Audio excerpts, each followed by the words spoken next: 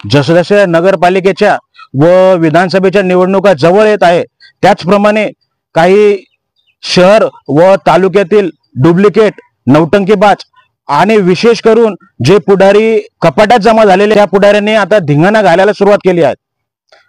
शहरातील एक नौटंकीबाज आणि गोडबोल्या पुढाऱ्याने मागच्या 6 महिन्यापासून अक्षरशः धिंगाणा घातला असून हा पुढारी संबंध नसलेल्या विकास कामांचे उद्घाटन करत फिरत आहेत आणि जसं काय हा नगराध्यक्ष झाला अशा आविर्भावात हा शहरातील पुढारी वागत आहेत। त्याचप्रमाणे मागच्या 2 दिवसापूर्वी तालुक्यातील व सध्या छत्रपती संभाजीनगर येथे स्थायिक झालेल्या व मागच्या अनेक वर्षापासून कपाटात जमा असलेल्या एका नेत्याने एका राजकीय पक्षात प्रवेश केला आणि मी आता विधानसभा निवडणूक लढवणार आहे अशी घोषणा या कपाटात जमा असलेल्या पुढाऱ्याने केली आहे।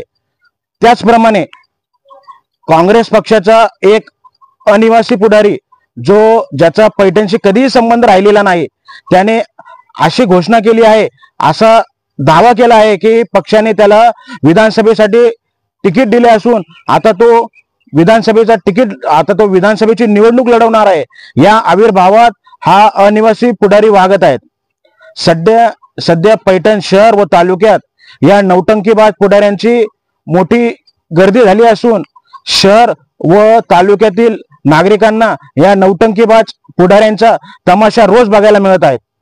प्रतिष्ठान वार्ता न्यूज साठी चंदन लक्कडार, पैठण।